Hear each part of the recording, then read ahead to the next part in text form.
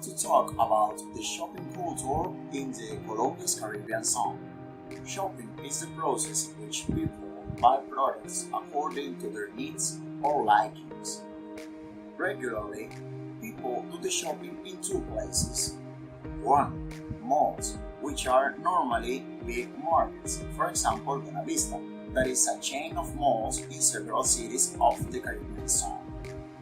Or two, in a specific commercial zones of the city that occupy several streets. They are normally called mercado or centro. High-status people normally buy in stores of recognized brands that are normally located in big shopping centers. That big malls are normally located in specific zones of the city, close to where the richest population live, because that people prefer to move little and don't mind about how much they have to pay. On the other hand, medium and low status people used to do the shopping in places like the mercado or the centro, because the prices there tend to be lower. That people tend to be more careful about how much is spent, and they prefer to move a large distance in order to get their products with a lower price. The popular perception considers that doing the shopping in more economic places is a sample of being a good administrator of money, especially because medium and low status people are accustomed to get as many products as possible with small amounts of money. Nevertheless, high status people usually consider that everything that is not bought in a chain store is made of poor quality materials that can be justified by the exclusivity that famous brands offer to the public and the warranty of the products that small shops in the cheaper commercial zone do not ensure. Good evening. Today I go to talk about economic activities. Actually, we have three economic sectors: primary, secondary, and tertiary. In their economic sectors, we can identify two kinds of jobs: formal and non-formal jobs. What is different between formal and non-formal jobs? Both aim to obtain benefits, resources, and a good social status within the society. But what is different? The difference is that the formal jobs are regulated by the government and in the most of the cases use uniform, and the informal jobs are not regulated by the government and they work wherever they want. This is a very contrasting example about this. For example, we can see a supermarket. Into the supermarket, all the workers wear a red shirt and a dark blue pants. If you turn left, you can see a lot of street sellers. While formal jobs have a brand, have a fixed place, and have a uniform, the informal job don't have a brand, don't wear a uniform, and have a mobile place, don't have a place. In conclusion, both aim to the same objectives, but they have different methods and they have a very different way to obtain that. Hello everybody, my name is Melissa Enriquez and I'm going to talk about savings culture of the Colombian costs.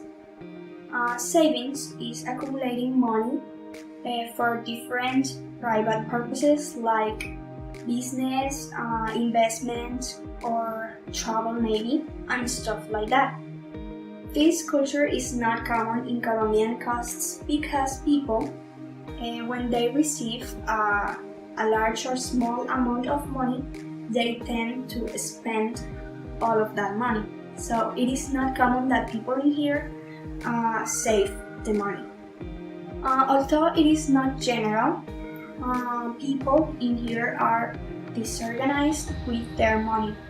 Like I said, when they receive money, they tend to buy things, buy unnecessary things like clothes, like shoes, and they don't tend to save the money for an emergency or for goals, for plans of the future, or any of that.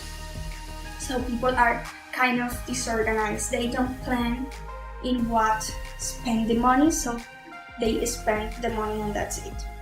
About what they consider necessary to buy.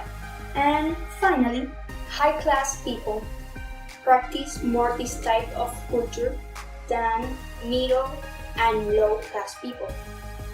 This maybe happen because rich people are more responsible or maybe organized than poor people in what economic cultures refers. And maybe they are prepared, I mean about rich people. Maybe they are prepared for their future, for maybe an emergency or future goals. And poor people, they are not used to have a lot of money, so when they receive a large or maybe small amount of money, they tend to spend it without thinking about maybe their future. So that's it. Thank you.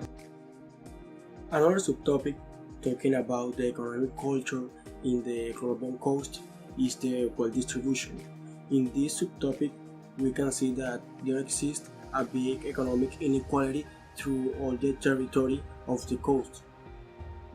In each city, zone or town, there exist a few families that possess a big part of the richness of that place, so they can have a big economic control or economic power.